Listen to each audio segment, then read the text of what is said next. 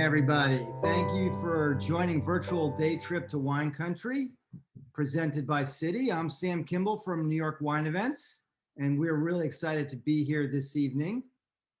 Today, as you might see from my background, we are going to the wonderful borough of Brooklyn, New York, which over the last 15 years, if you haven't been in New York or paying attention, as New Yorkers know, has become the center of gravity of all things cultural, musical, and food and beverage in New York City. What Brooklyn is famous for, you might ask, there's so many things, but let me give you three random things that I thought were kind of fun. Brooklyn has over 700 arts and cultural institutions. The Tootsie Roll was invented in Brooklyn. Brooklyn is larger, both in terms of land area and population, than Manhattan. Brooklyn's history is so saturated with innovative breakthroughs, cool things, cultural phenomena. And in that spirit, we are headed to Williamsburg, the epicenter of Brooklyn, the epicenter of the cultural and creative juggernaut that Brooklyn has become. And we're going to the Jam Stand, which I am really psyched about. The Jam Stand was born and raised in Brooklyn. It's a jam company, the passion project of two best friends, Sabrina and Jessica Kwan. And since then, it's bloomed and turned into a delicious mission to bring unique flavors to every table in town. And the secret ingredient, no surprise, because we're in Brooklyn, is invention and innovation and creativity. And the other secret ingredient is fun and unique combinations. These are quote unquote fruit forward jams. We're gonna hear more about that momentarily. To learn all about the Jam Stand, you can visit thejamstand.com. I will put up in my background here a URL that you can see. And we're also got a deal alert. We are offering everyone who's watching some cool promo codes for both the Jam Stand and our other guest tonight, which is Sparkling Pointe. A few things. One of the things is to take advantage of and jot down these notes in the background, the URL, the discount code. I want to give a warm welcome to Jessica Kwan and Sabrina and their VP of Operations, Gaia DiLoretto. Welcome, ladies. Hello. Hi. Hello. Good to see you guys, straight from Brooklyn, straight out of Brooklyn. So now, another thing that I want to note here is that tonight is also about another famous destination, the North Fork of Long Island, which is famous for a lot of things, agricultural and otherwise, but is one of the four major wine regions in the state of New York. And for those of you who are trivia buffs and stat buffs, there are almost 500 wineries in the state of New York. North Fork of Long Island is one of the major regions, and there are 55 wineries out there. Sparkling Pointe is one of the very, very best.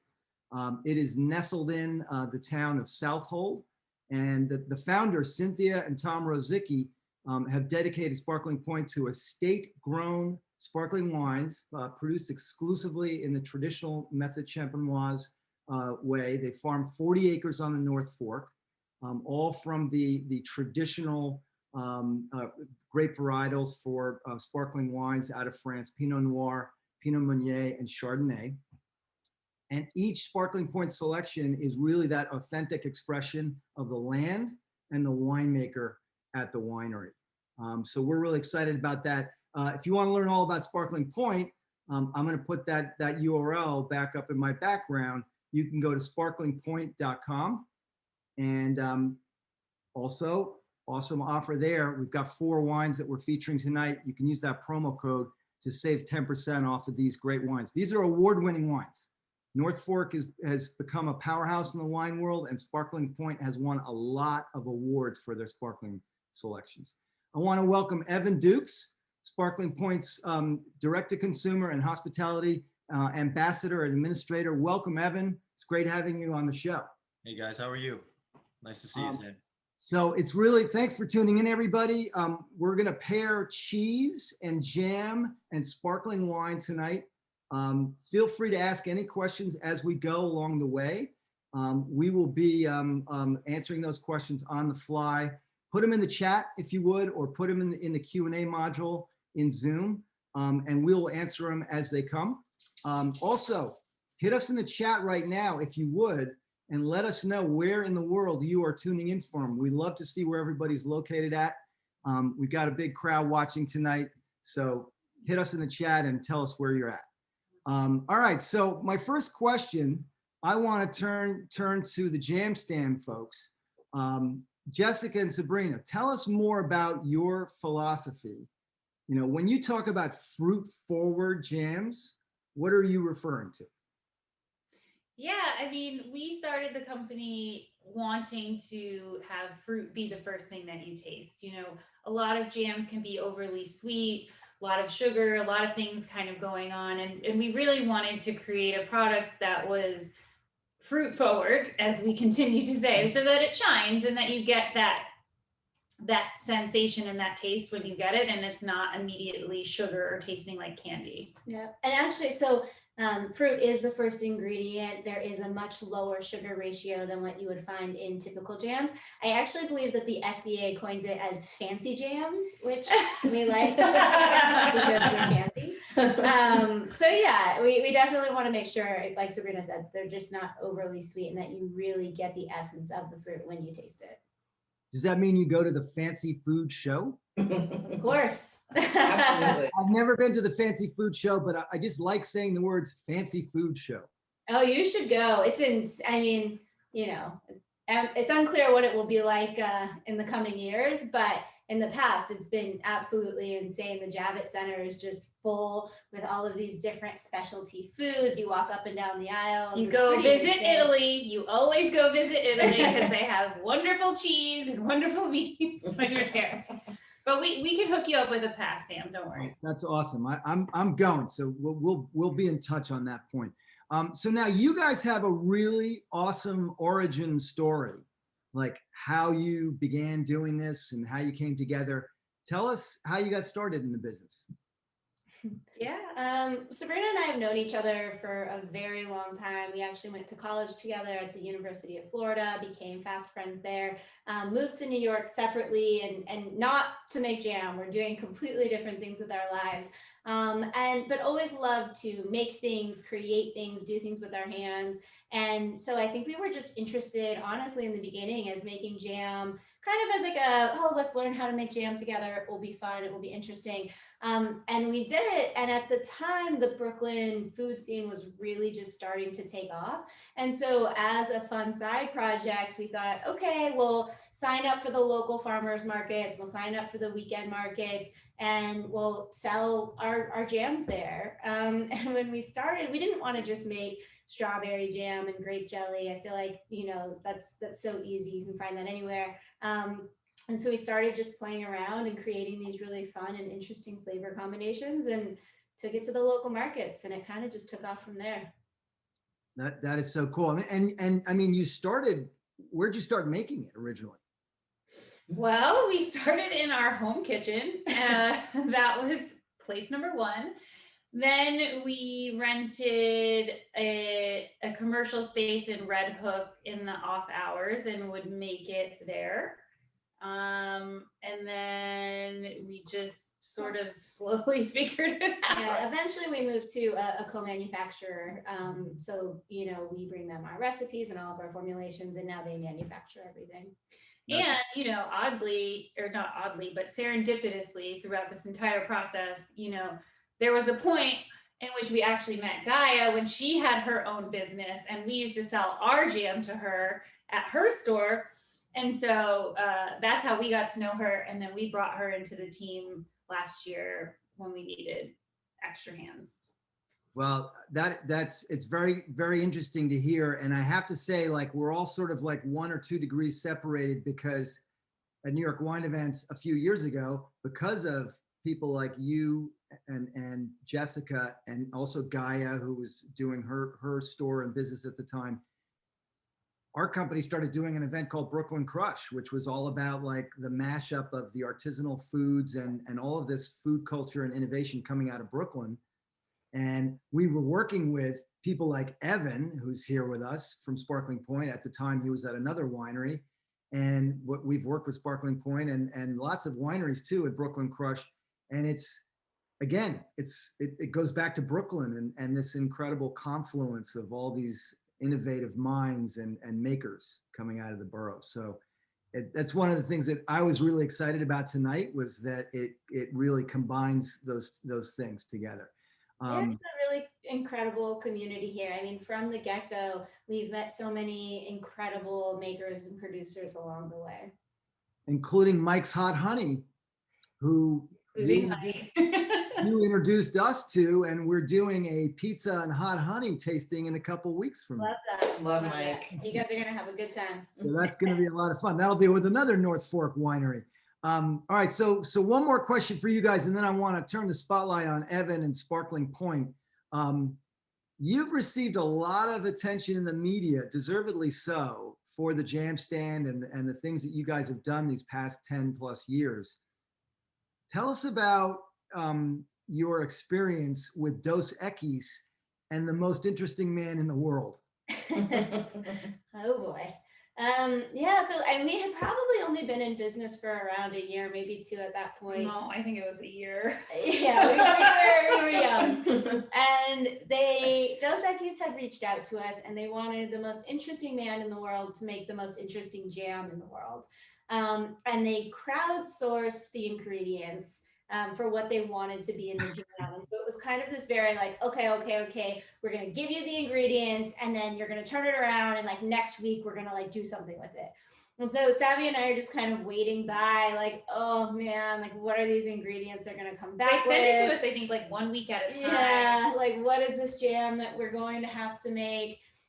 And it ended up being, we did an apple base, and it had edible gold, crickets, and some form of like a funky oregano. And I remember they ended up selling it for like $1,000. Yeah, it was like going to charity. It was like one jar. It was like $1,000 or $2,000, and all of the proceeds went to saving the wombats. Also, trying to source crickets was one of the most challenging and strangest things I've ever done. Running around New York City in our 20s, just trying to find crickets to put into jam. Now, where do you find like edible crickets that you can actually put in a jam that's meant for people to consume? We actually ended up, because and not only that, we needed to turn it around like the next day. Like, you can typically go online and source these things, but we had to turn it around so quickly. We reached out to a Mexican restaurant in the city that was selling cricket tacos, and we called them and we asked if we could just buy the crickets. And they thought we were so insane. Yeah, and they were like, they did it. They let us do it. They were very nice. That is awesome. Oh my God. You have to be resourceful, All right. Well, when we do our next wine and cheese and jam tasting with you guys, we'll get you to tell the story that you had, the experience you had with Billion Dollar Buyer, the reality TV show, because that was pretty amazing too. All right, so in terms of wines, Evan, we are thrilled to have the prestigious and award-winning Sparkling Pointe with us. Thank you. You guys make great method champenoise sparkling wines, and you have a beautiful winery and tasting room. What is Sparkling Pointe's theme? What is Sparkling Pointe kind of all about? Its essence. So it's a pretty unique theme to winery. The winery, as you know, we only produce sparkling wines. We're the only sparkling producer in New York State. Our owners, Tom and Cynthia Rosicki, they had a love for the finer things in life, including champagne, and they travel all over the world. They really fell in love with Brazil and Brazilian culture. And when they decided to start a winery, they thought an interesting theme for the winery would be Carnival. So throughout the tasting house, we have some artwork of Carnival done by a local street artist from Rio. We do a Carnival celebration every year at Sparkling Pointe.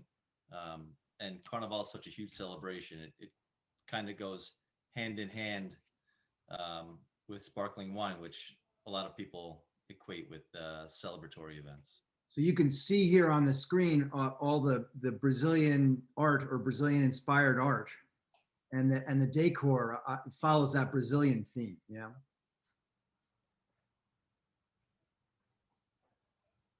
Evan, can you see that? Yes. Yeah. So there's a number of larger paintings behind our tasting bar. There's probably a 15 to 18 foot painting that really kind of lights up the room. People love to take pictures by them and just take pictures of the paintings as well. Yeah, no, it's an awesome sight to see the winery and the tasting room itself.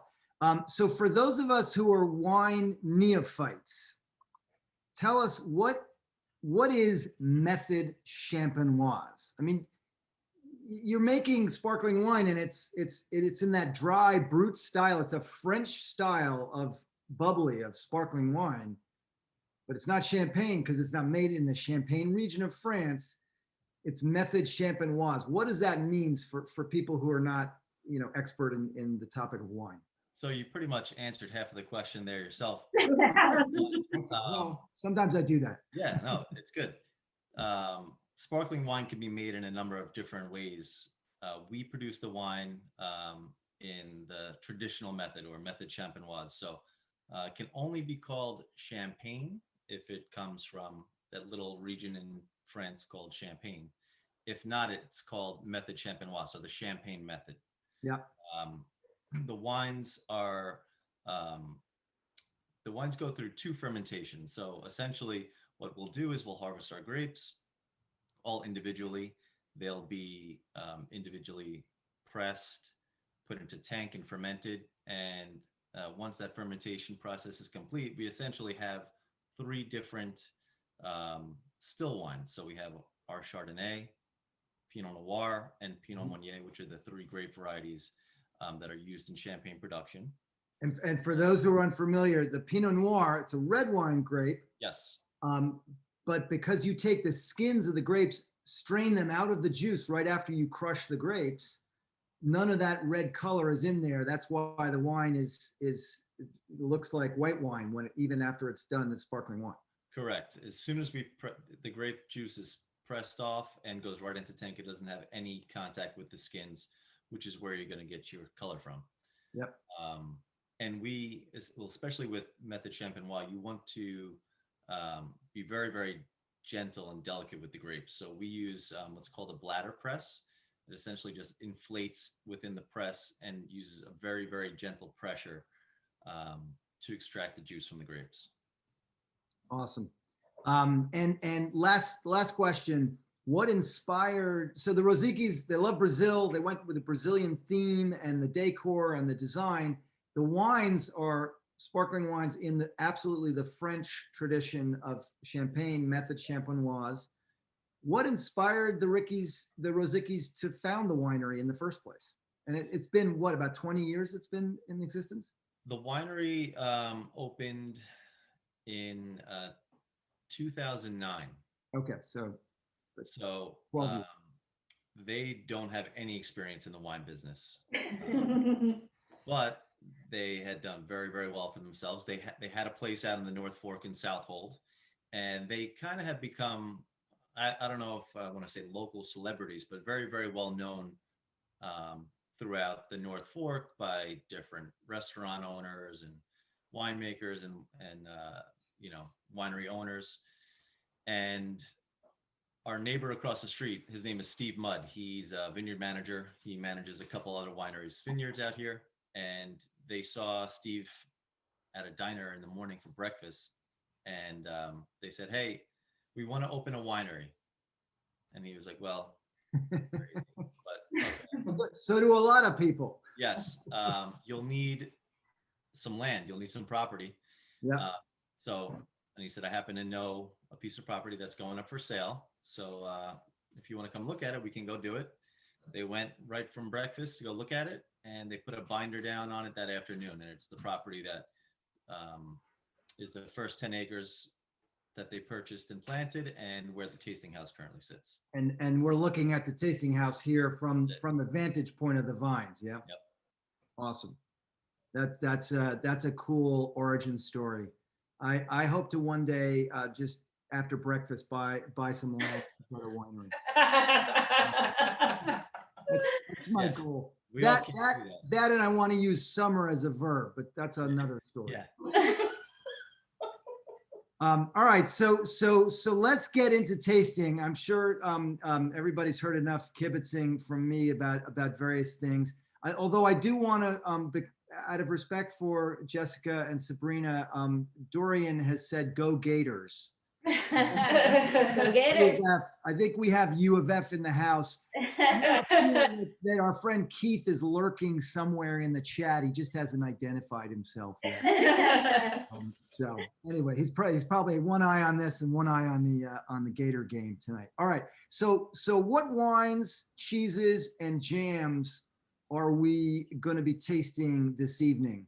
And I'm gonna hand this over to you guys, to Evan and to Jess and Sabrina and Gaia.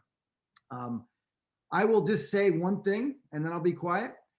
I've done the combinations of the jams and the cheeses and these wines, and the only word that came to mind was magical. It is, as my friend who likes to, he turned the word ridiculous into redunk. He says this is redunk. So if you like taste sensations, this is it, everybody. All right, so Evan, lead the way. What are we going to start with? I think the Brute. Yeah. So the best part about this was the jams are so unique, and they are so flavorful and fruit forward, which is, what they're going for. That it's fun just even doing it at home. You can go get all the other jams, buy all of them, try them with different wines. Sparkling wine pairs really well with all types of food, especially with anything that has a little bit of sweetness to it, because our wines tend to be high acid.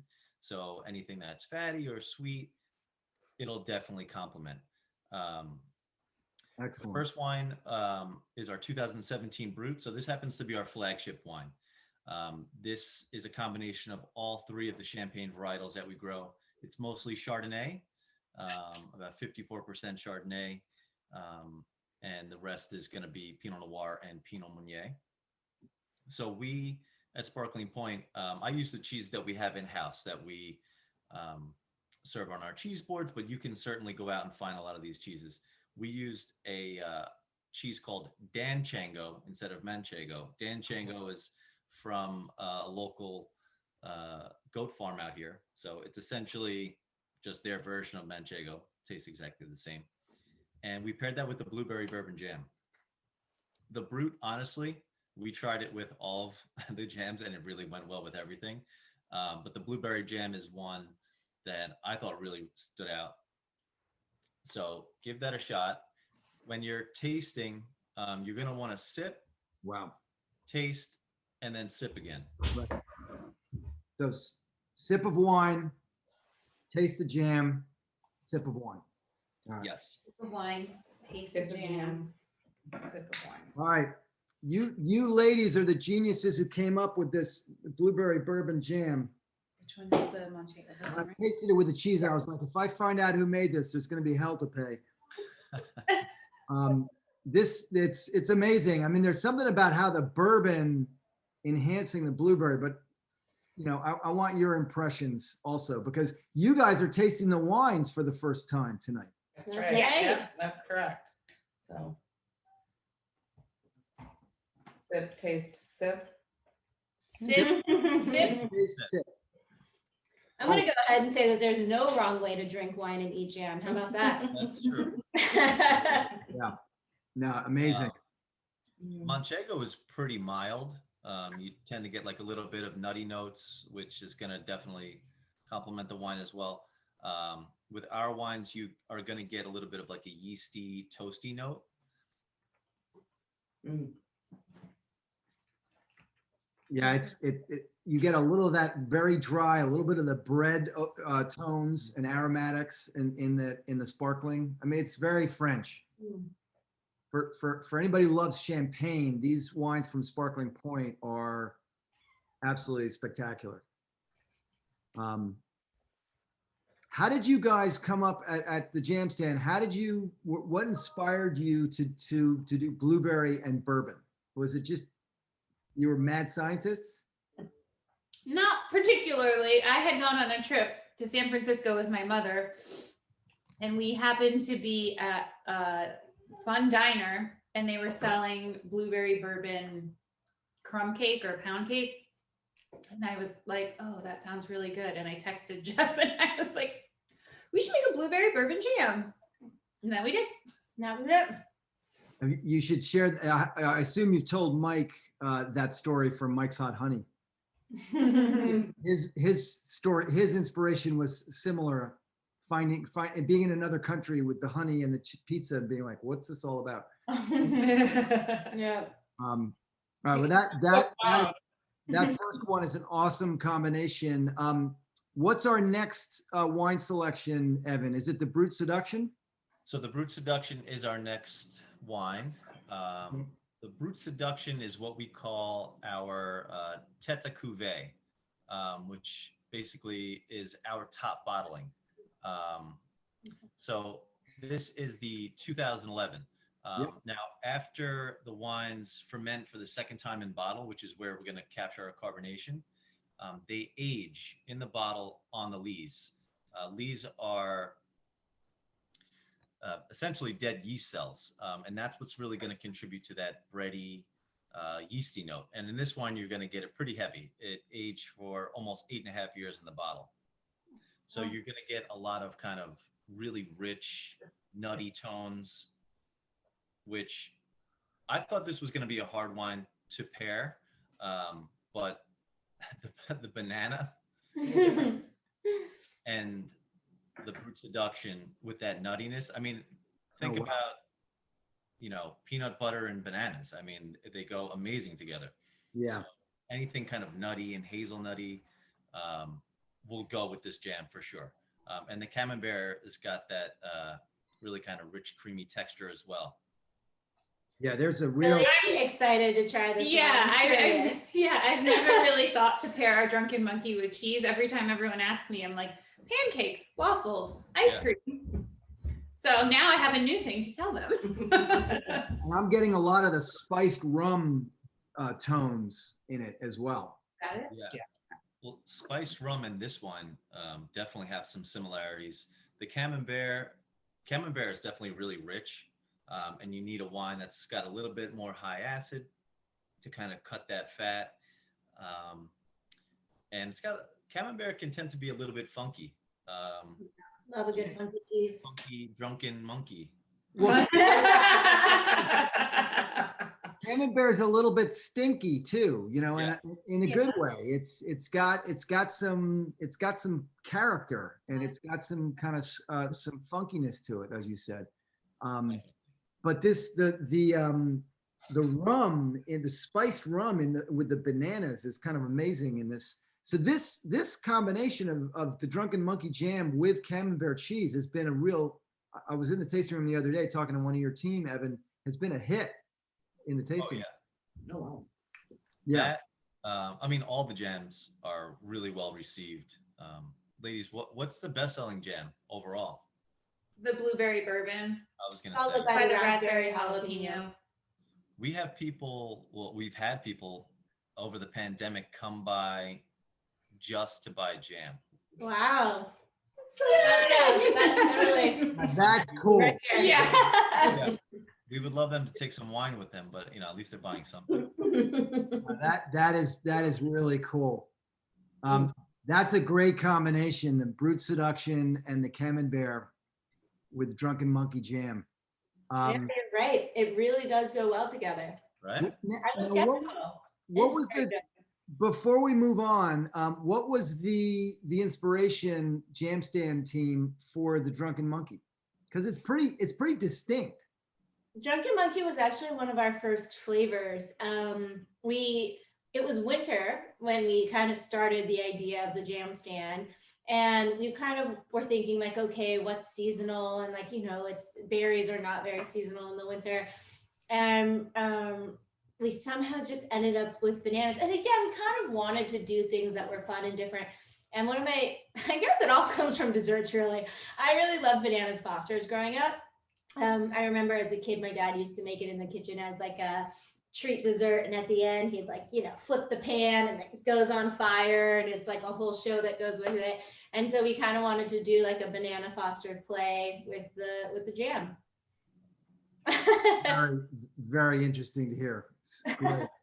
All right, so Evan, I think we're going to move on, but before we do, just tell us what is the price point on the first one, the Brute 2017? Sure. So Brute is our flagship. That's our entry level. That's $31. Okay. Brute Seduction is $70. So it's one of our more expensive wines, but it's our top wine. Yep. And is it your most popular also? It's one of the most popular. I mean, the Brute would probably be the most popular just due to, it being a well-made wine and also the price point. Yep. But besides the 10% off, it's free shipping with $75 or more.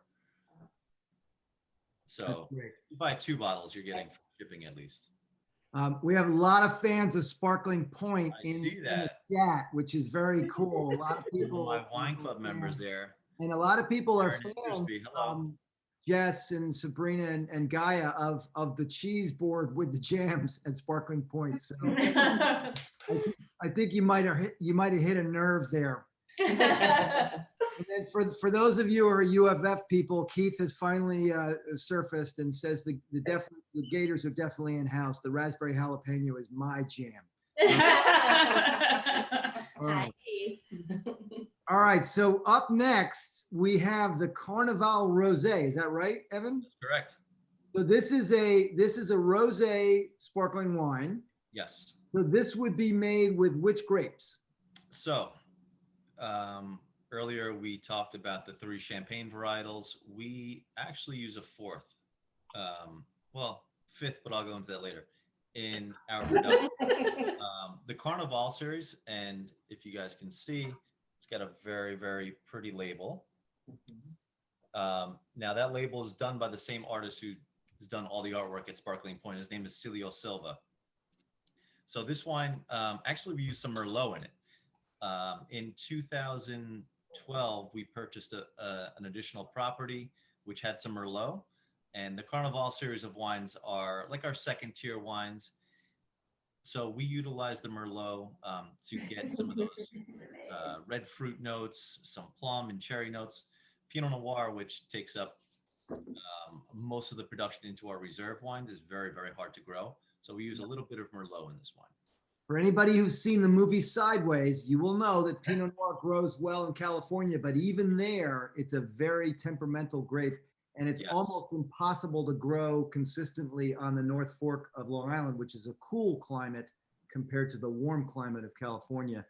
And I promised my friend Scott that I wouldn't get too wine geeky, but Merlot, just fun fact, is the most widely planted grape in the North Fork of Long Island wine region. Yes, it's definitely the most widely planted red grape out there. Pinot Noir is called the heartbreak grape for good reason.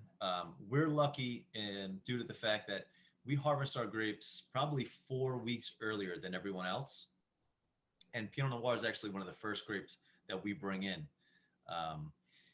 The less time it stays on the vine after it ripens, the better chance you have for, it to become diseased or, rot or any other varying factors that we have to deal with on the North Fork: hurricanes, humidity, rain, deer, everything. So, it's not easy. So that's why we've utilized Merlot in some of our Carnival wines, and to good success. So this wine is just a touch sweeter. And when I say sweet, it actually still falls into the brut category. And it really comes across more fruity.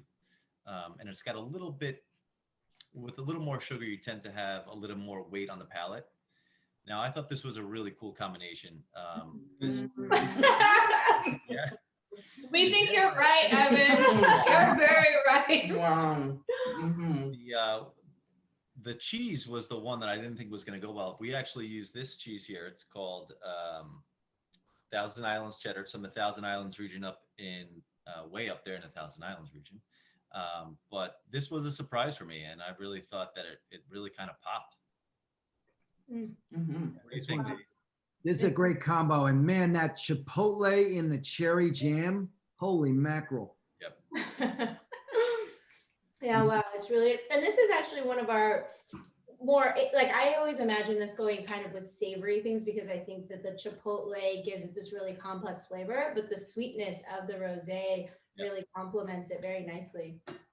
Right, but then the cheddar brings in that heavy, like strong savory elements to it as well. And the tartness of the cherry really helps cut through the creaminess of the cheddar. Yeah, definitely. It's so good. So, stands, team, why is this a limited edition? The cherry Chipotle cocoa. It doesn't have to be. We like to do seasonal flavors to mix it up from time to time. And we got really, you know, we did a cherry ginger back in the day that was really popular that we really liked. And so it was this upcoming holiday season, and we thought, you know, we've never done anything with cocoa, and the two flavors just went really well together. So Fig Tamarind actually is an example. We launched that as a holiday flavor maybe 3 years ago, and it just kind of was so popular that we kept it around.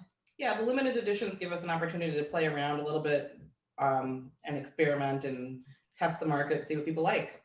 And then if it does well, can keep it around. Keep it a part of the line. That is great. I will say, you know, I'm a newbie to this whole the jam and cheese and wine. We're always doing wine and various types of pairings, but my wife literally every time she comes home at the end of the day, she goes straight to the fridge and she gets some like awesome fig jam and cheese and combines it with some sort of wine.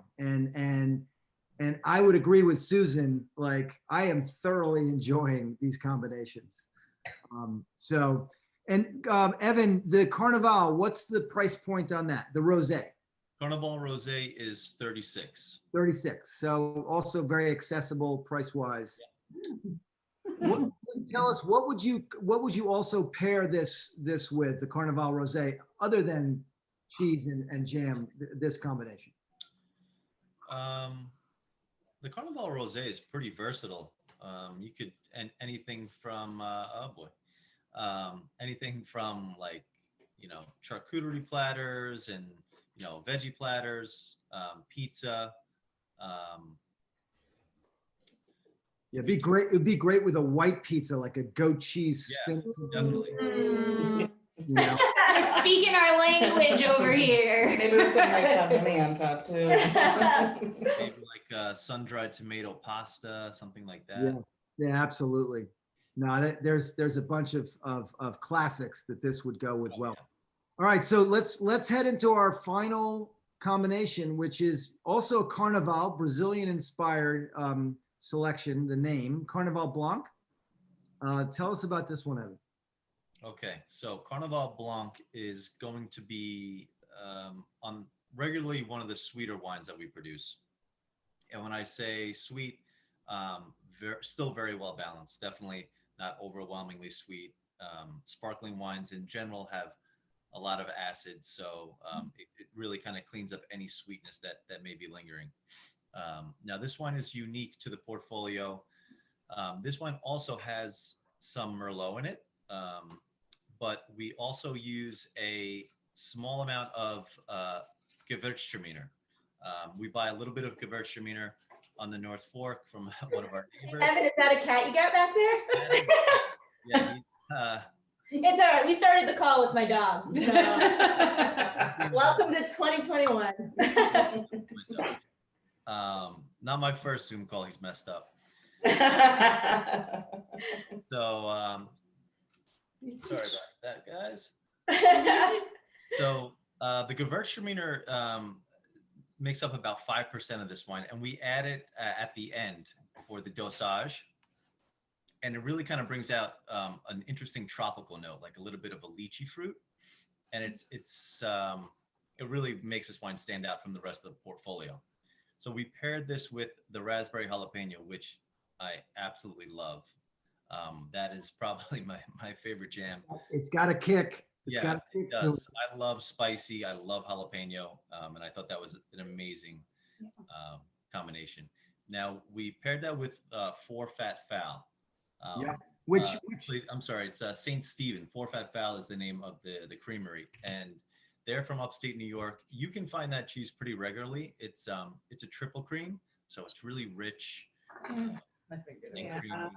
And this is probably my favorite pairing. I have to say this and the Drunken Monkey. Sorry. Yeah, raspberry jalapeno is also my favorite.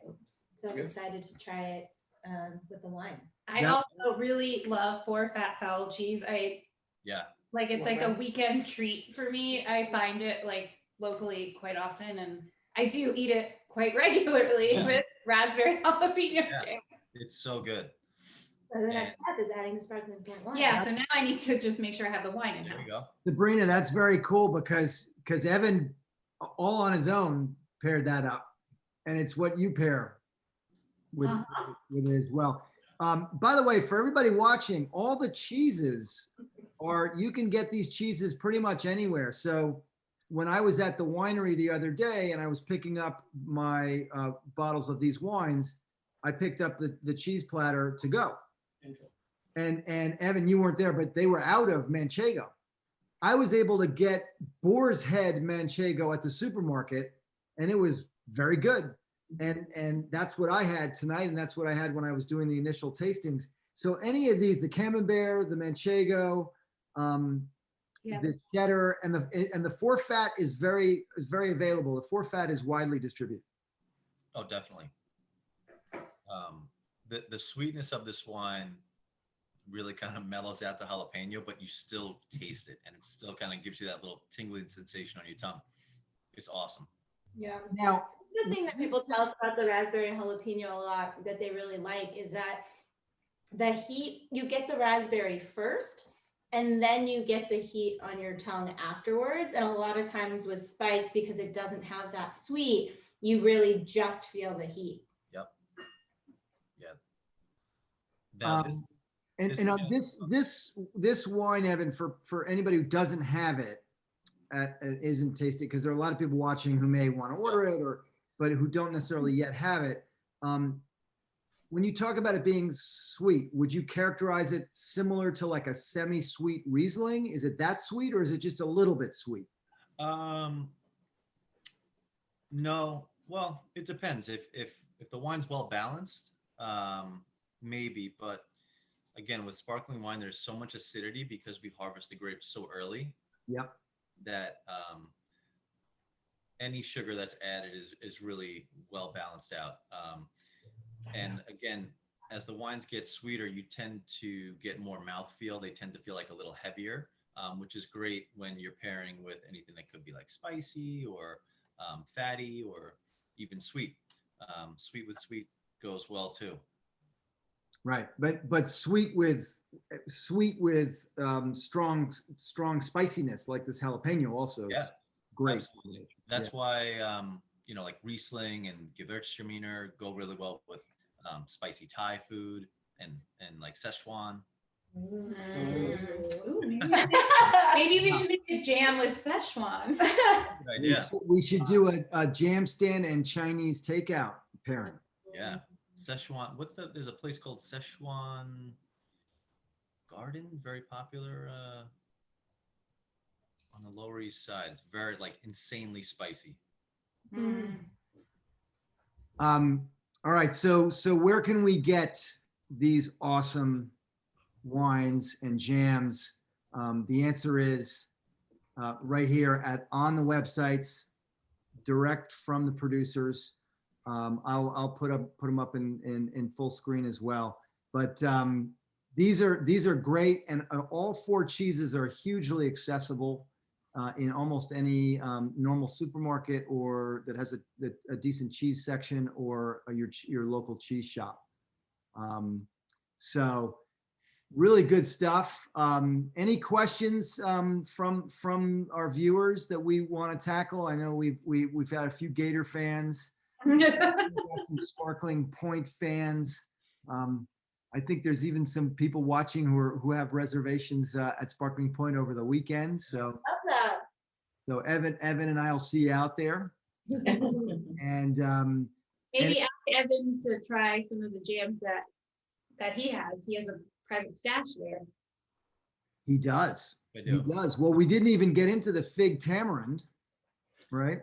Which is one of my favorites to pair with cheese. Yeah, actually, the Brute, it honestly could have gone with either one. The fig tamarind and the Brute was amazing.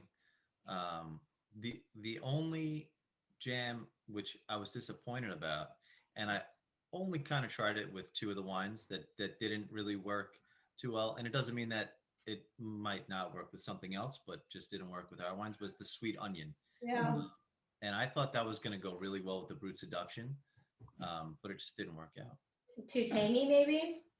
It was a little bit. The onion was just kind of hanging on a little too long. Yeah. And it's interesting because, alone, I typically suggest the red onion with cheese as kind of the number 1 just cheese pairing. Yeah. But I could see how the onion would kind of be a bit off with the sparkling wine. Yeah. With the cheese, it was amazing. With the St. Stephen and the Camembert, it was awesome. Grilled cheese sandwich. Oh, wow. We're just thinking other things. So a couple of questions, a couple of comments. So Jill says the raspberry jalapeno is off the charts. Thank you. Thanks, Jill. Thanks. And St. Stephen's is my favorite at Sparkling Pointe. We had a question from Aaron. What's the process of coming up with the flavor combinations for the jams? No. It really just depends. I mean, in the beginning, like 10 years ago, we would crowdsource, right? We would post on our Facebook and say, like, tell us what you want us to make. And, we would try some stuff out. And then We've made a lot of bad flavor combinations over the years. That's like, they're not right. Concept sounded delicious, and once we got into the kitchen, we were like, "Oh, that was a terrible decision." It typically starts with the fruit, something that sounds exciting, that we want to play around with, and then we try to think about maybe like the flavor profiles of what sounds good with that, what would complement that fruit nicely. And then just kind of playing around in the kitchen. And like I said, it's why we still do seasonal flavors, because at the end of the day, that's the part that we think is most fun. That's great. Dorian says jam stand on a Cuban sandwich or on a fancy burger. Absolutely. Mm-hmm. I agree. Yeah. I agree wholeheartedly. And Tricia says we tried the onion jam with the Cuvée Carnival and we were not mad at it at all. Good answer. I like that. That is very cool. Well, guys, this has been great. If anybody has any other questions, drop them in the chat.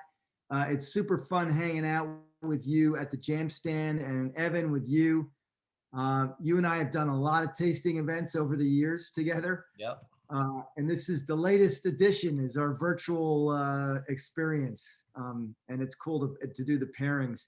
I hope one thing that comes out of this, because I'm a fan now of the jam stand, having come to know it a bit, and I've been a fan of Sparkling Pointe, is I'd love to see some more, no pressure, Evan, some more of the jams different at the tasting room. Yeah, no, absolutely. We, during the pandemic, we kind of slimmed down our gift shop, but the jams are, every cheese plate comes with a blueberry bourbon or whatever little jam that we have in house from the jam stand at that time. So we definitely love the jam stand and love to support them. Yeah, and thank you for putting this Do I need- together. And the tastings that you put together were truly Really- Oh, delicious. thank you. So Yeah. You opened our eyes on the drunken monkey. Thank yeah, you. and very well Yes. thought out. So Yeah, I think we need to put these pairings up on our site Yes. and link to Sparkling. Yes. absolutely. So to that point, one of our viewers asked if we would be sharing the combinations. Kathleen, can we send a list of which wines with which cheeses?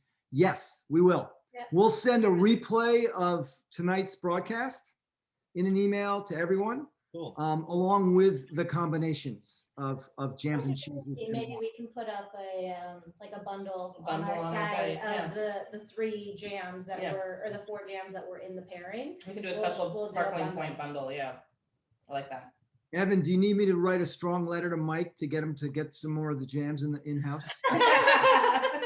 We'll make it happen. We actually have some other recipes that I'll share with you guys that you can put up on your site. We included the fig jam in we have a subscription box. It's called the Bubbly box, and it's 2 bottles of wine shipped to your door every other month. And sometimes we include like a little gift in it. And one time was a fig jam with some recipes. Love that. Awesome. Yeah. Please share. That'd be great. I mean, the fig, to Gaia's point, like the fig and tamarind, that's an automatic winner with almost any of the cheeses. We had a quick question from one of our viewers. Kimberly asked if Sparkling Pointe can be ordered and delivered to and shipped to Virginia. Oh, I just responded to her. Yeah, yes, we can ship to Virginia. Okay, great. We don't have distribution there yet, but we can ship to you right from the website. And again, it's complimentary shipping with an order of $75. Yeah, and let me just sort of touch on one thing, because we at New York Wine Events, we work with so many wineries around the country, and certainly here in our home state of New York. One thing that people need to know, especially for New York State wineries, which are smaller distribution, smaller case production, they don't produce a ton of wine. They don't have national distribution, not because the wines aren't good, but because they sell most of their wine directly through their website, or in the tasting room. When you're there, you pick up 3 bottles or 6 bottles or whatever. So just be aware that ordering directly from the winery is normally the best way to get these wines, because you'll rarely find them in wide distribution, because there's not a huge quantity of them. Yeah. North Carolina, do you ship to? Yes, we just opened up North Carolina a couple months ago. I'm actually, part of my job is opening up some other states to ship to. So if anyone else in any other states needs wine, I'm working on it. While you were golfing in South Carolina last week, did you open up South Carolina? We do ship to South Carolina. We do. Okay. Just tell Mike you weren't golfing, you were opening up. Oh yeah, I'm just working the whole time. Excellent. And shipping to North Carolina, well, if you order $75 or more, shipping is, there's no charge for shipping. Complimentary anywhere in the continental US that we ship to, orders of 75 and over. Awesome. Well, guys, this has been so much fun. Thank you, Evan. Thank you, Jessica and Gaia and Sabrina. Awesome session. And let's come back and do it again, and we'll do some other foods. Yeah, love to. Great. Thanks for having us. Yeah, thank you so much for having us. Really appreciate it. This was And fun. thank you everyone for watching. It's great to see everybody. I see some regulars and I see some new folks, and you guys are great. We will hope to see you again soon. Next week, we are back with 5 wines you need to check out for 2021, the basic list, and we'll be with Nick Goldschmidt, the award-winning winemaker from California. All right, guys, have a great evening. Thanks, everybody. Thanks. Bye. Stay safe. Bye.